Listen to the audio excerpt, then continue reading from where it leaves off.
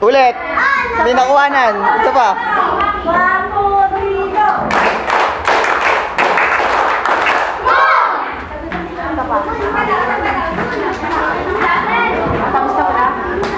Tapos na.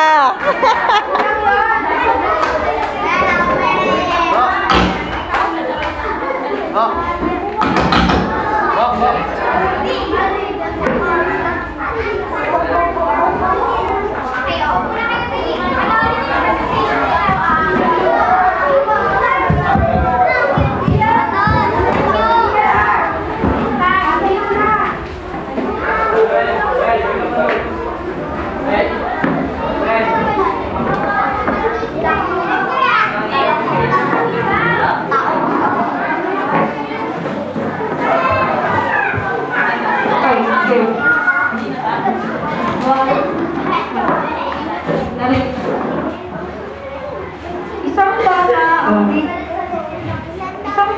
ang di marunong magpahalagaan ng kabuhan ng Diyos. Pagkos na ito'y kanyang pahalagahan, ito'y kanyang sinisira pa. Ang pangalan niya ay Troy. Siguro mas bagay siyang tawagin destroyer.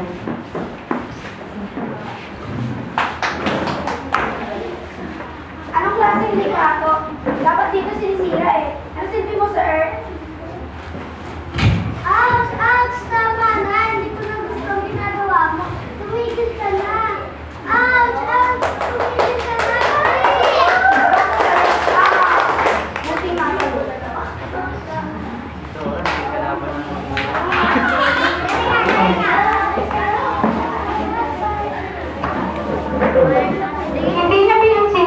Hindi niya napansin na may isang batang nagmamasid sa kanyang ginawa. Ang pangalan niya ay Yasi. Kung ano ang ugali na mayroon si Troy, ayun naman ang kabaliktaran ni Yasi. Hay, naku. Alam niya lang talaga ang lahat ng kanyang ginagawa. Galing ah!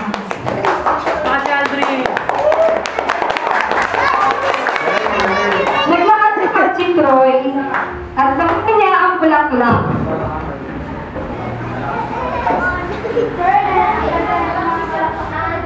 Pero hindi ko alam kung bakit ka nandito.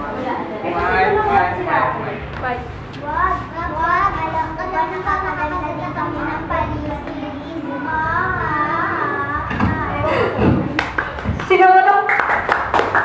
Sinawalang tahala ni Troy ang lahat ng ito. At tulad ng dati, nakita ulit siya ni Yasi. At tama ang nasabi. Ito lamang ang tanging nasabi muli ni Yasi. Hi!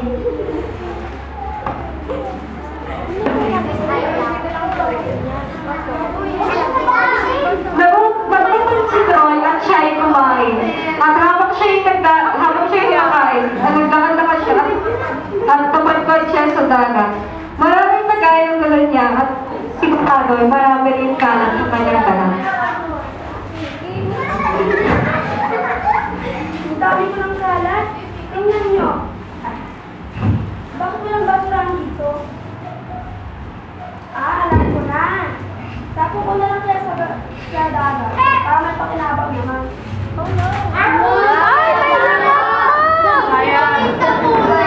Ay! Ano kaming salumihin?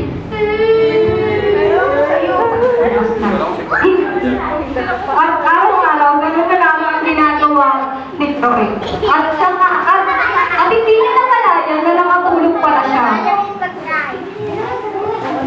At habang siya'y natutulog, siya ay nanaginip. Bakit ba kami tinubihan? Bakit ba kami?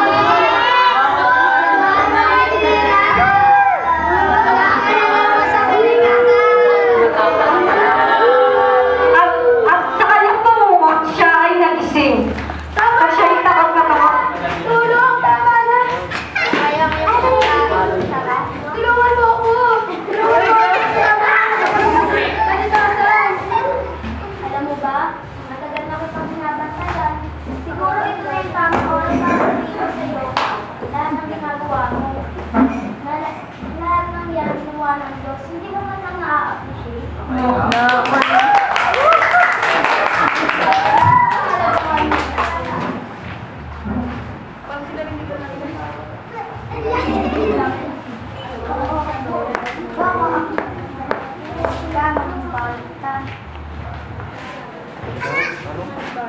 Ay. At talong balik nga si Troy sa at binigyan at talong balik nga si Troy at pinupurihan ka ang Diyos.